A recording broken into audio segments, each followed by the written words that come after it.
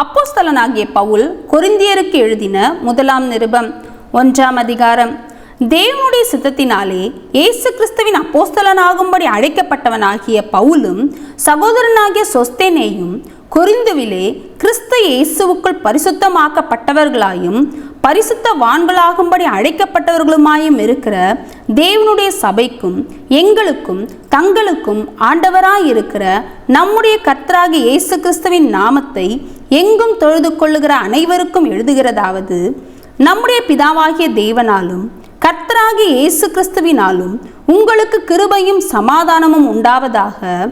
கிறிஸ்துவை பற்றிய சாட்சி உங்களுக்குள்ளே ஸ்திரப்படுத்தப்பட்டபடியே நீங்கள் இயேசு கிறிஸ்துவுக்குள்ளாய் எல்லா உபதேசத்திலும் எல்லா அறிவிலும் மற்றெல்லாவற்றிலும் சம்பூர்ணம் உள்ளவர்கள் ஆக்கப்பட்டிருக்கிறபடியால் அவர் மூலமாய் உங்களுக்கு அளிக்கப்பட்ட தேவ கிருபைக்காக நான் உங்களை குறித்து எப்பொழுதும் என் தேவனை ஸ்தோத்தரிக்கிறேன். அப்படியே நீங்கள் யாதொரு வரத்திலும் குறைவில்லாதவர்களாய் நம்முடைய கர்த்தராகிய இயேசு கிறிஸ்து வெளிப்படுவதற்கு காத்திருக்கிறீர்கள். நம்முடைய கர்த்தராகிய இயேசு கிறிஸ்துவின் நாளிலே நீங்கள் குற்றஞ்சாட்டப்படாதவர்களாய் இருக்கும்படி முடிவு பரியந்தம் அவர் உங்களை ஸ்திரப்படுத்துவார்.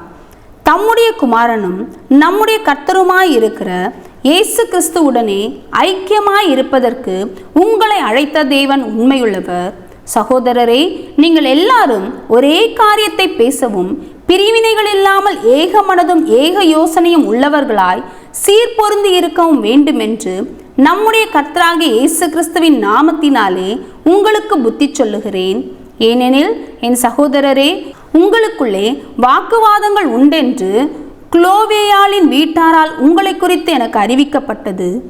உங்களில் சிலர் நான் பவுலை சேர்ந்தவன் என்றும் நான் அப்பல்லோவை சேர்ந்தவன் என்றும் நான் கேபாவை சேர்ந்தவன் என்றும் நான் கிறிஸ்துவை சேர்ந்தவன் என்றும் சொல்லுகிறபடியால் நான் இப்படி சொல்லுகிறேன். கிறிஸ்து பிரிந்திருக்கிறாரா? பவுலா உங்களுக்காக சிலுவையில் அறையப்பட்டான்? பவுலின் நாமத்தினாலேயா ஞானஸ்நானம் பெற்றீர்கள்?